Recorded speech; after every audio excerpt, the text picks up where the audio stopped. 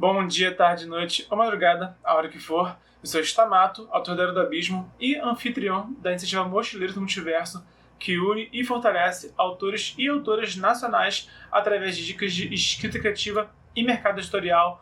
Hoje eu vou analisar os serafins da tetralogia angélica do Eduardo Spohr, e a minha fonte de pesquisa principal foi esse livrão aqui do Universo Expandido do Spohr, e também o livro A Batalha Apocalipse, que é onde a gente conhece assim a principal personagem da casta serafim ao longo da tetralogia. Então, meu primeiro contato com os serafins do Spohr foi na Batalha Apocalipse, e o último foi justamente nesse livrão, que é o último que ele lançou até agora. Ele está escrevendo ainda agora em 2020, ele está escrevendo o próximo livro ainda, que eu com certeza vou ler assim que ele lançar. Então eu vou falar aqui qual foi a inspiração do Spohr para criar os serafins. Vou falar do histórico da casta, da aparência, do comportamento, das habilidades, da cultura deles, das regiões em que eles habitam, das relações dos serafins com outras castas angélicas, e também falar de quem é a serafim mais notável de toda a tetralogia. Então, começando, a inspiração para os serafins, pelo que dá para perceber, além dos próprios serafins da religião católica, né, e afins, é a figura de diplomatas, de políticos, né, principalmente de senadores romanos. Tem a imagem clássica do serafim do Spohr, é aquele anjo vestido numa toga, sabe? Então tem essa figura um tanto greco-romana, tá bem nítida na expressão dele. E realmente eles são apelidados de burocratas, por exemplo. Então a figura mais clássica de um burocrata é de um político grego, né, de um senador grego. Então eles cumprem essa função, eu vou falar um pouquinho mais agora, mas eles cumprem essa função, né, de árbitros, e logo a imagem dele, a imagética deles tem muito a ver com isso, com figuras diplomáticas e políticas. O histórico da casta é que eles foram criados para auxiliar o planejamento do trabalho de Deus. Então eles sempre foram aquelas pessoas assim, que ficam atrás da mesa, sabe? E ficam planejando. Eles não é uma casta de ação, como eu falei anteriormente, dos querubins e dos estins, são uma casta que realmente bota a mão na massa. Os serafins não botam a mão na massa, mas eles foram criados justamente para planejar tudo, não só a política, não só a relação, não só esse lado do universo do Spohr, mas também qualquer lei de ordem natural, física, cósmica, eles também são envolvidos. Eles também ajudam a planejar, não só no nível político, mas também no nível cósmico, isso que eu quero dizer. Hoje em dia, eles ficam no céu, e eles quem organizam a política celeste, mas também são eles que traçam estratégias de combate, tá? Quem planeja a guerra a longo prazo é os serafins, e eles também influenciam e manipulam outras castas, né? Eles tentam manipular, às vezes eles conseguem manipular sim, tá? Então eles também têm essa relação de fazer o meio de campo entre outras castas. Eles são eles que fazem a ponte entre uma casta e outra. Faz até algum sentido isso, né? Eles têm que mediar as outras castas também. Se tem algum tipo de desavença, por exemplo, entre um Ofanim e um Hashmalim, por exemplo, quem seria um bom árbitro seria um serafim. Seria que manteria a ordem e a paz e a harmonia. Pelo menos é a proposta deles, manter esse bom convívio, né, esse funcionamento nos céus da Spohr. A aparência deles, como eu falei, né, eles são inspirados em nobres romanos, em senadores romanos, na verdade, mas a aparência deles tende a ser de nobres e políticos, tá? Independente da época em que eles vivem. Então, um serafim que se manifesta no mundo, né, na Haled, que se manifesta aqui na época do Império Romano, vai ter a figura de um senador. Mas na era medieval, já seria uma figura de um nobre, talvez.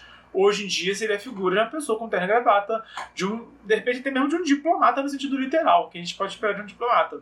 Mas seria essa pessoa que teria essa imagem bem apresentável, tá? Mas também um tanto política, tá? Não seria só a pessoa que é só elegante, né? Não seria só uma pessoa que é elegante por vaidade, Não é o tipo de elegância da vaidade, é a elegância da seriedade, da sobriedade, né? E do também até a figura meio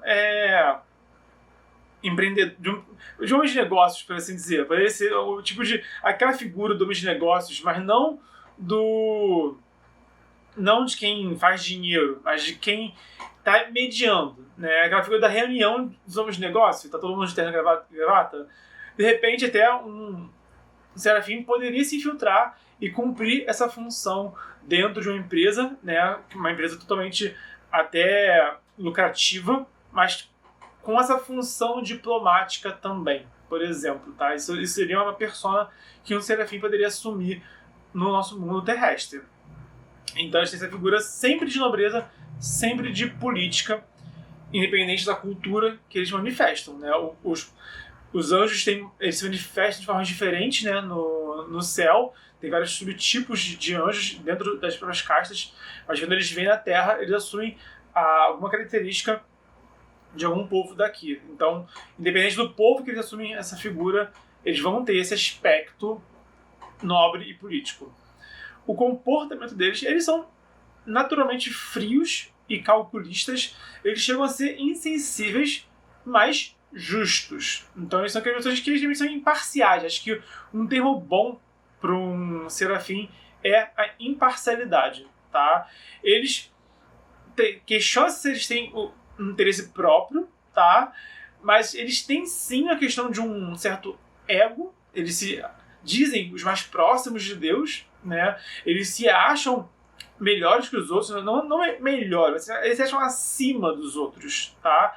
Não necessariamente melhores, já que quem se acha acima dos outros está a um passo para se achar melhor do que os outros. Muitos serafins se acham melhores que os outros, inclusive. Mas isso não é via de regra. Eles se acham superiores, se acham acima, né? Porque eles têm uma função, eles têm um cargo de administração, de liderança, né? Então, mas para executar essa função deles, eles não tendem, como eu falei, dei exemplo antes, né, do Ophanim e o Hashmalim, por exemplo, né, se um Ophanim e um Hashmalim estão num impasse, né, o Serafim ele vai julgar de maneira imparcial, tá? Não vai tender, não vai olhar o lado de um ou o lado do outro, ele vai olhar o que seria o certo de acordo com a vontade de Deus, né, de acordo com a obra de Deus.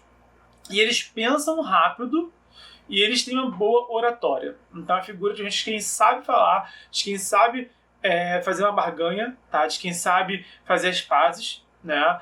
E eles têm essa questão de ter um pensamento muito acelerado, justamente para conseguir planejar, arquitetar um plano e cumprir o plano. Então, eles precisam estar com a mente à frente dos outros, justamente para prever as ações, prever o que pode dar certo, o que pode dar errado e traçar os planos deles, tá? O próximo tópico é as habilidades deles, principalmente habilidade de ilusão e encantamento. Eles têm esse poder de manipulação de várias formas, eles manipulam de várias formas diferentes. O principal é influenciando as pessoas, tá? Influenciando a mente das pessoas, influenciando a vontade das pessoas, né? E tem de criando ilusões, criando algum tipo de isca, né? Ou algum tipo de agrado às pessoas. Se isso é bom ou ruim, cabe a cada um analisar, né? Mas eles têm principalmente esse tipo de poder. Tanto que o poder, eu esqueci o nome do poder que a gente vê na Batalha do Apocalipse, é um poder bem legal, que tem uma cena muito interessante. Eu vou falar mais disso depois, tá? Porque senão começa a avançar os tópicos.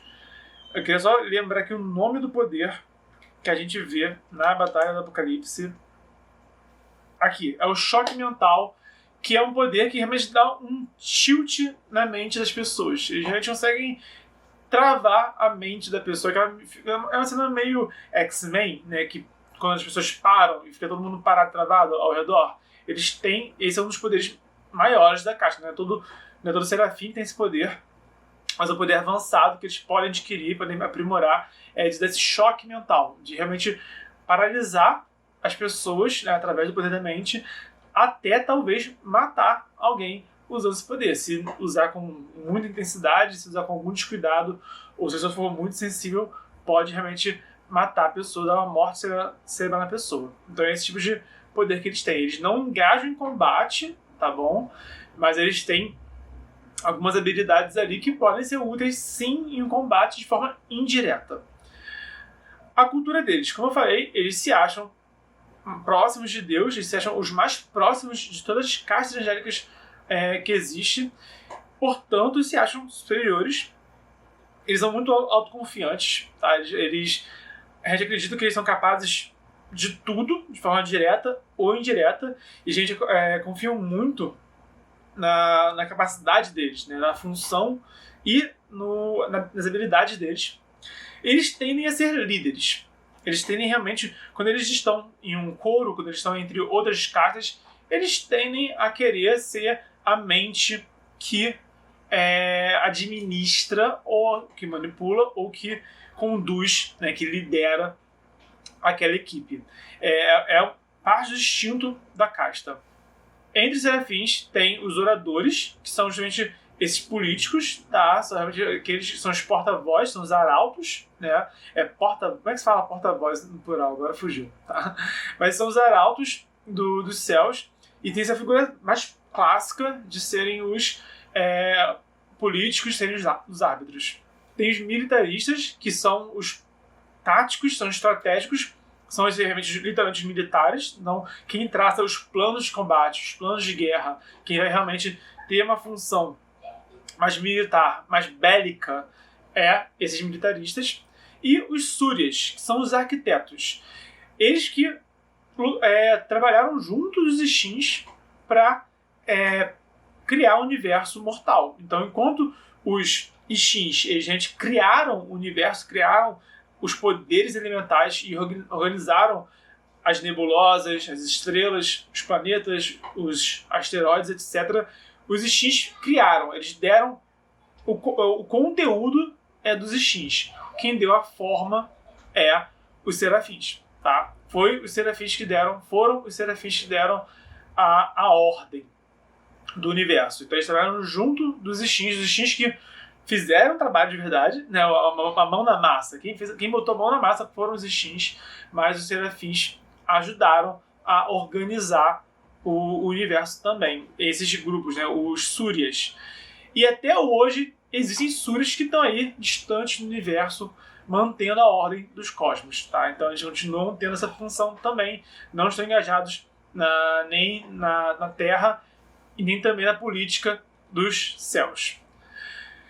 As regiões que eles ocupam, a base deles sempre foi o quinto céu, tá? O quinto ciclo do céu, mas depois que teve a guerra civil entre o Gabriel e o Miguel ocupou o quinto céu, então só quem ocupa agora o quinto céu é os serafins, que são ligados ao Miguel, e também a outros servos do Miguel também, né?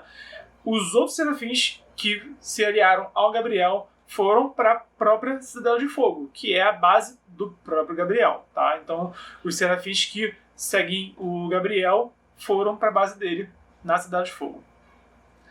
As relações dos serafins com as outras castas, como eu falei, eles são árbitros e mediadores, o que pode ser bom ou ruim. Eles não são amigos, né? Eles não têm nem a ter essa relação mais de camaradagem com ninguém, né? Enquanto que os Ofanins são amigos de todo mundo, né? E os querubins têm uma noção de aliança, né? Eles têm uma noção de eles se sentem como uma tropa, né? Então eles vão ter uma camaradagem de uma tropa, de um exército, de um batalhão, né? Os serafins são mais frios do que isso. Eles não chegam a... Eles não têm o hábito, não têm o costume de, justamente por serem tão imparciais, de acabar se afeiçoando, se apegando a ninguém, tá? Então a gente se vê como os mediadores das castas. A gente se vê como eles cumprem essa função também. Então a relação, ele acaba se relacionando com todas as castas, mas sempre num degrau assim, infelizmente, né? É um degrau acima, porque eles se colocam um degrau acima das outras castas, mas eles lidam com todas. Como se eles chegassem realmente numa espécie de um topo de uma pirâmide mesmo.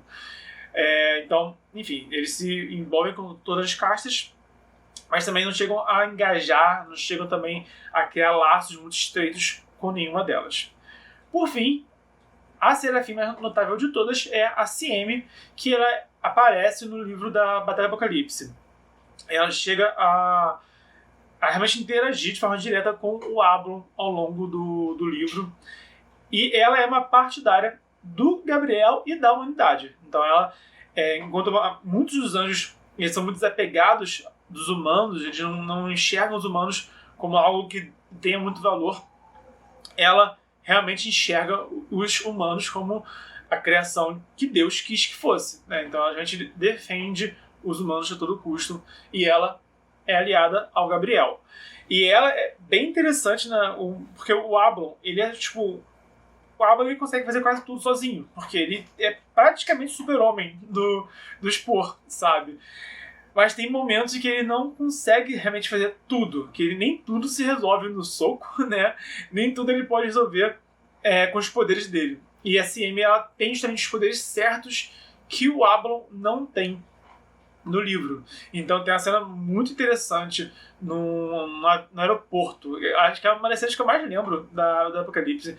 É quando eles precisam passar para o aeroporto e não dá para chegar com o pé na porta por motivos óbvios, né? Não é dar certo isso. E quem acaba sendo assim, a peça central dessa cena é a própria Cieme. Então é uma das cenas mais legais do Apocalipse, na minha opinião. E ela quem protagoniza, tá? Então, e ela mostra um contraste bem interessante, que ela é tudo que o Ablon não é, né? O Ablon, enquanto é aquele guerreiro rebelde, né? E herói rebelde, e literalmente tem aquela pessoa de muita ação, ela já é uma pessoa muito mais estratégica, muito mais calculista, mas ela também não é fria, ela mostra ser também essa pessoa também distante, né? Ela é engajada, tá? Ela se relaciona com a melhor das intenções. E ela, entanto, que ela é a pessoa certa justamente para lidar com o Ablon, né? Porque o Ablon ele não quer tomar partido na guerra. Então, como lutar ao lado dele, sendo que ela é partidária do Gabriel, né? Sendo que ele é neutro no conflito. Então, isso que torna ela e ela consegue realmente fazer essa ponte com o Ablon. Por isso eu achei ela tão interessante na história. Acho que ela é realmente o exemplo assim, impecável do que é um serafim dentro dos Filhos do Éden, dentro da tetralogia angélica. Então achei ela bem interessante. Mas aqui embaixo é difícil eu perguntar quem é o seu serafim que você mais gosta, porque tivemos poucos até agora nos livros do Spor. Então comenta aqui embaixo qual é o subtipo de serafim que você quer ver nos próximos livros do Spor. Se você acha mais interessante ver um orador, um militarista ou um Súria.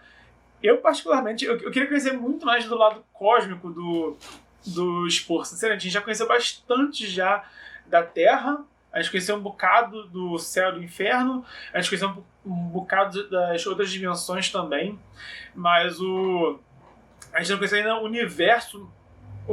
universo material, a gente conheceu pouco ainda. Isso é um ponto que eu acho interessante falar. Eu falei dos Ishins, né, que tem alguns Ishins que eles têm poder ligado mais à gravidade, mais às leis do universo e menos aos 4 elementos, né? E eu falei que seria interessante conhecer um Ishin assim do vácuo, um Ishin da gravidade, por exemplo, seria interessante. Também acho interessante conhecer um Súria, conhecer uma figura política, mas uma figura de árbitro, até diplomática, mas que não está ligada às pessoas, não está ligada aos personagens, mas sim ao universo, né? Então é uma figura e ao mesmo tempo não é uma figura que manipula o universo, né? É uma figura que está ligada com os poderes brutos do universo, como são os Ishins. É uma figura mais do árbitro, uma figura mais que mantém a harmonia dos cosmos. Acho que seria bem interessante conhecer um Súria desse tipo, né? Se eu pudesse conhecer algum novo tipo de personagem do Spor, né, entre os serafins, seria um Súria, com certeza. Comenta aqui embaixo qual que você gostaria de ver num livro futuro do Spor. Um orador, um militarista ou um Súria. E se você gostou do conteúdo, deixa o like, se inscreve, ativa o sininho. Se você conhece alguém que pode se interessar por esse conteúdo, envia na rede social. E estamos no desafio 366 dias de escrita, vídeo de mercado editorial, escrita criativa e cultura pop todo dia de 2020. Então, até amanhã.